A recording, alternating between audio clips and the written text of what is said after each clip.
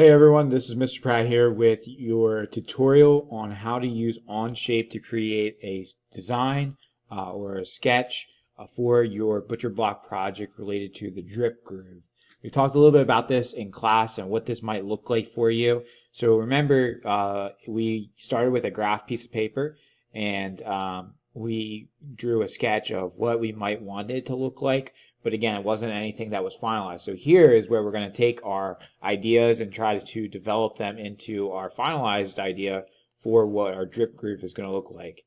Everything that you need to create should be a line. So understand that you are not drawing the width of the groove. You're just simply drawing where the bit would travel.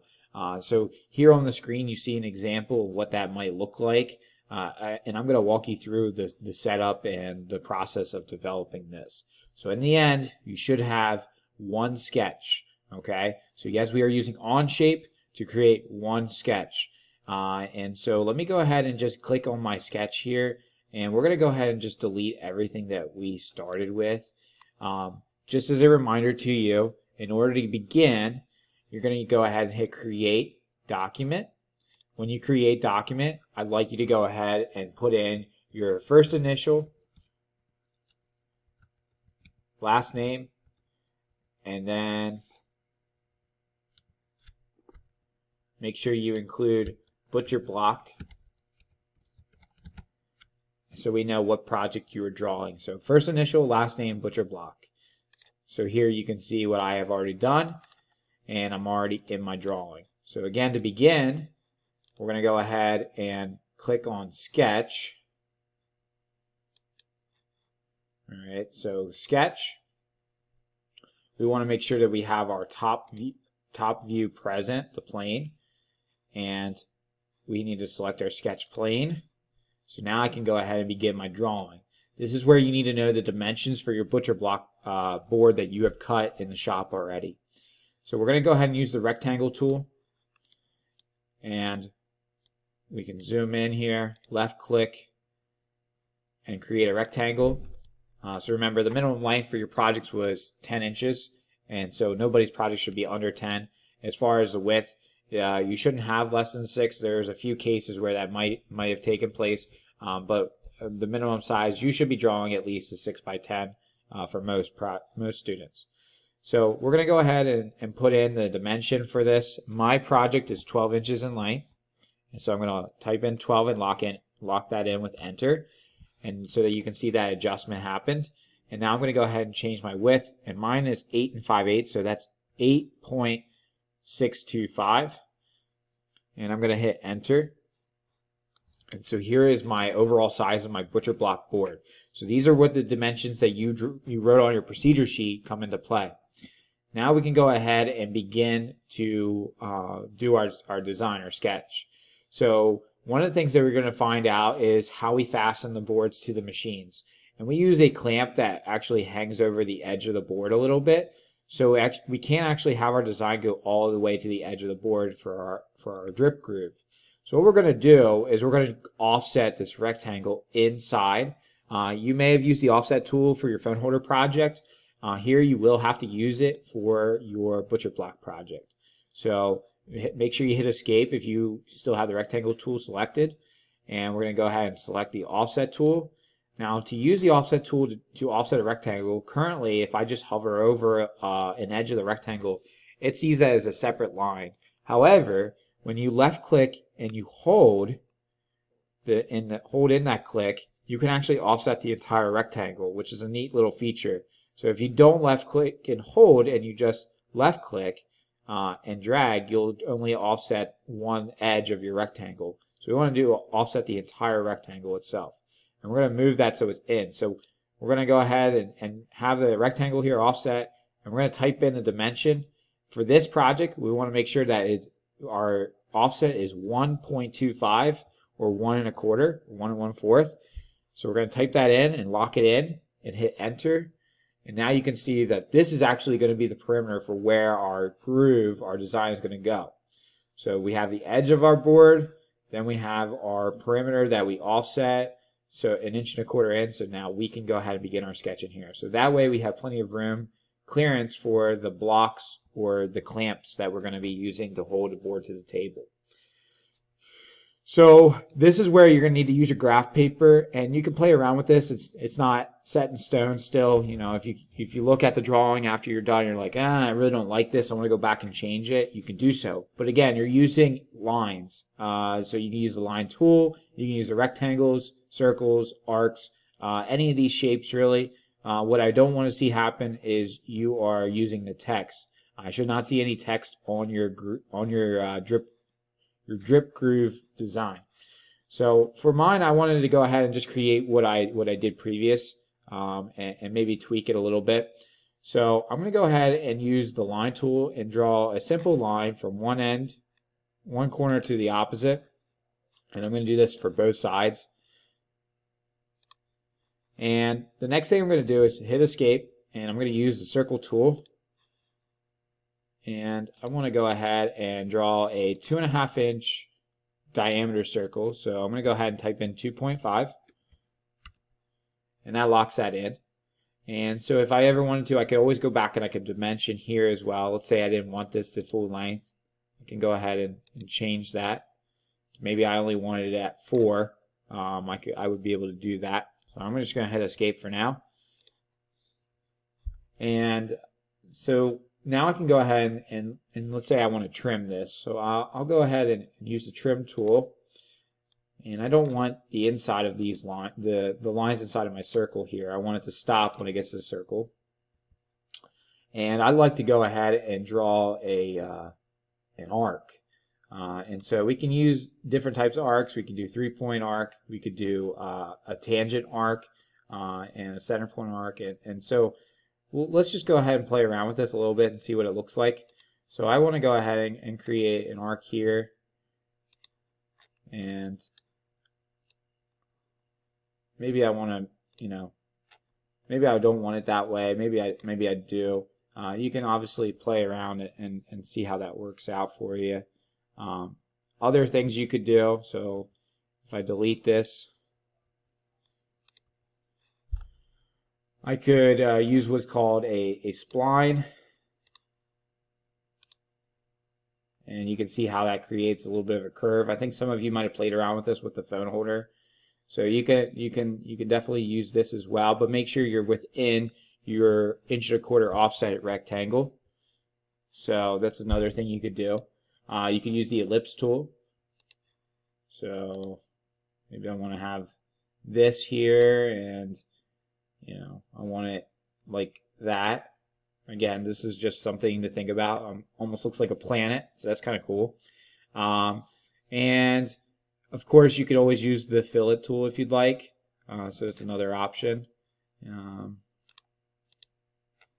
Cannot add a sketch fillet there, so keep that in mind. Maybe I want to fill it here, and I could put in the radius. So these are all tools that you could play around with and use for your project. And again, you can always modify and redesign this if you want. You can always click and drag things. That's always a nice tool or feature. So I'm actually kind of happy with what I got here. I think this will be a neat little drawing. So I'm going to go ahead and continue on. At this point, I don't need the rectangle unless that was something you wanted part of your groove. So I'm going to go ahead and trim that. And trim here, here, and here. So that's neat. It's something different. The other thing you don't need at this point is you can also delete your dimensions that you have. And if you were working with somebody and you wanted to show them and say, hey, here's an idea, if you want to look at this and maybe make some corrections, or if you're having difficulties with something, you can always use the share tool and share this with your partner if you guys are working on the same size piece of wood, or if you just need some advice on something. So that's a neat opportunity there for you. So when you're done, you want to make sure you hit the green check mark. So I went ahead and I hit the green check mark there. So that locks in my drawing. I'm going to go ahead and delete my first sketch that I have. So you should only have one sketch.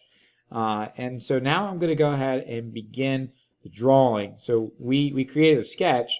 Now we got to create a drawing of that. In order to do this, you're going to need to do a few things. So the first thing you're going to do in order to actually create this as a drawing file or a DXF file is we're going to hit the plus sign down here at the bottom of your screen where my cursor is, and we're going to click Create Drawing. When you do this, you're going to get a few things to pop up. The first thing it's going to ask you to create or choose is your template. The selected one is ANSI here, and that should be the default for you as well. You can go ahead and hit OK. When you do that, then it's going to create a new tab down at the bottom of your screen. It's going to call it Drawing 1. And when we're in Drawing 1, the first thing we're going to do is actually delete all this junk that's in here. So if I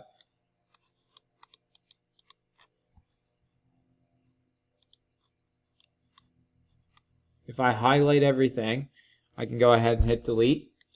And now what I want to do is I want to insert my drawing.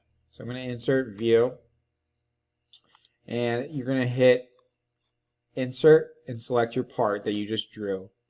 So when I do that, first thing I got to do is I got to make sure that I'm in the right scale. So we want to make sure that we're in 1:1 scale, and you can see how it pops up on my paper here. Now we'll change the paper size, so don't stress over that, but we want to make sure that we have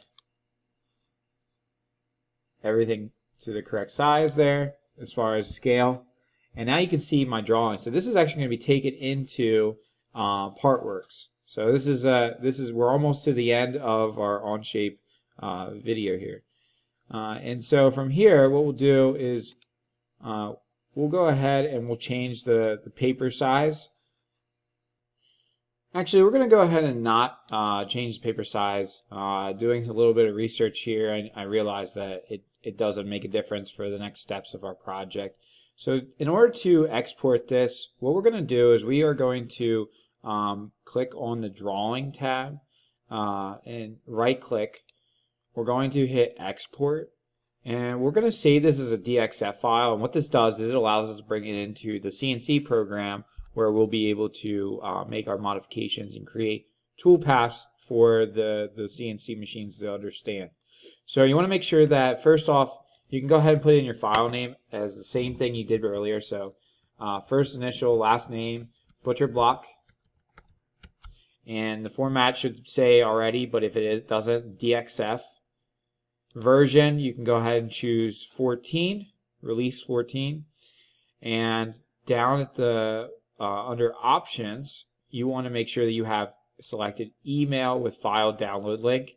What you're going to do is you're actually going to send this file to your email for us to open up on the class set of laptops. So email with file download link, and then you're going to type in your email. So it may not appear.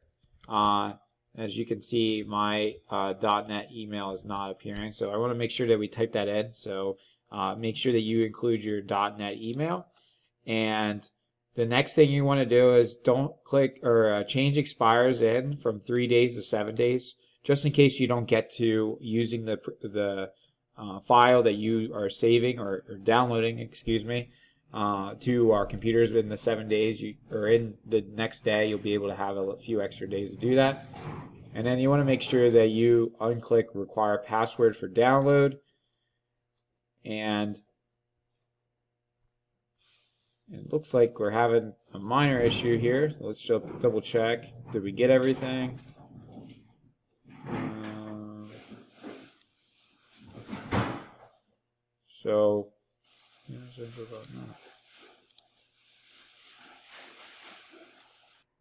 Okay, so after a quick looking through my file here, I noticed there was not any issues. So again, file name DXF should be your format.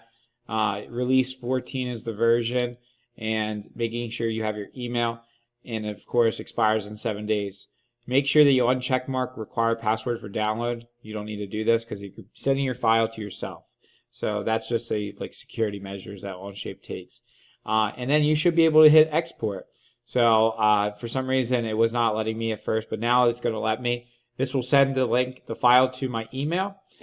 And so it'll say that you'll get a notification status. When you go to check your email on the school computers or the class set of laptops, you will be able to download that and move into the next phase of our Butcher Block project. So hopefully this helps you. And if you have any questions, feel free to ask. And